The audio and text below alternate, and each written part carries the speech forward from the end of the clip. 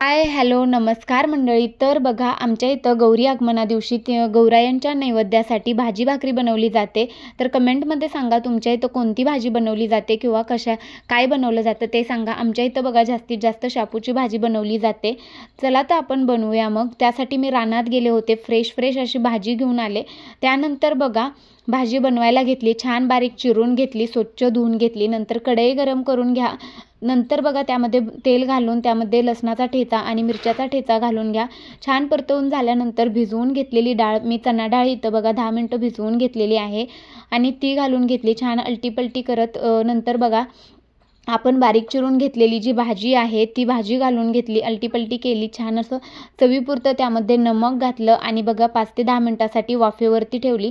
त्यानंतर बघा शेंगदाण्याचं कूट घालून घेतलं. बघा इथं शेंगदाण्याचं कूट घालणं मॅन्डेटरी असतं, म्हणजे आमच्या इथं कोणतीच भाजी विदाऊट शेंगदाणा होत नाही आहे.